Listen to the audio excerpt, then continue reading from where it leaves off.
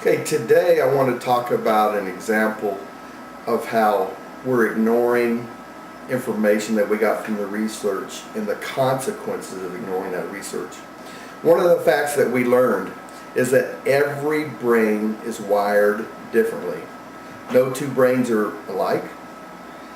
Every brain's natural development will occur on its own path. Now we can support that growth by giving it what it needs when it needs it. But Johnny and Billy, if we're comparing these two, you can never compare them by their natural growth and development, because even if they're receiving the same support, two brains are different. We cannot compare their content level, their comprehension level.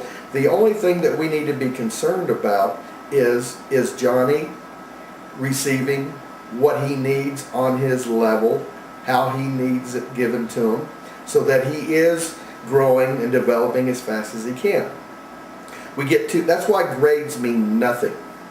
Grades are like a big outline that might give you an idea where your child must be or supposed to be.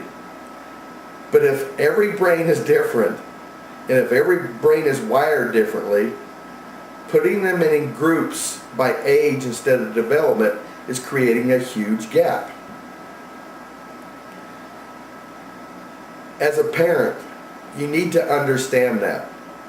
When you look at a child's grade card, when you're looking at a child, what they've retained, some sheet that's showing their monitoring of their math skills, an A, a B, a C, to be honest with you, means nothing. What we need as parents to understand is, are they growing as much as they can on a weekly, monthly, yearly basis?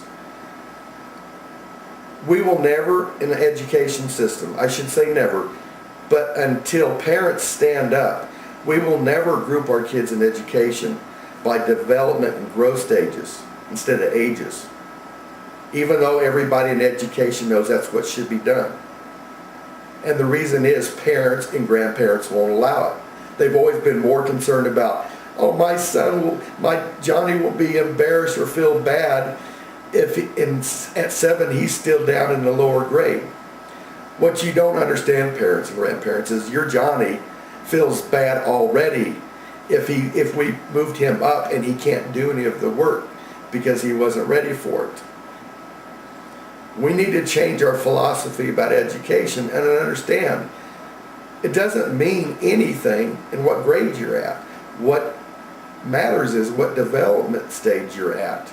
And although we probably will not in my lifetime see us change this, parents and grandparents at home can give your child in those 10-minute support program workouts the support they need at their real growth and developmental stage to where they can understand it.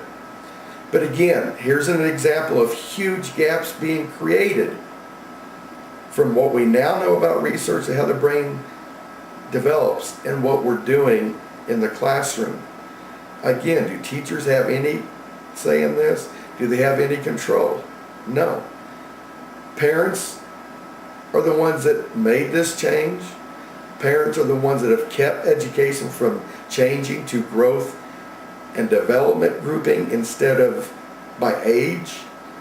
So until that changes, parents, you need to be responsible for it and take that up at your own home.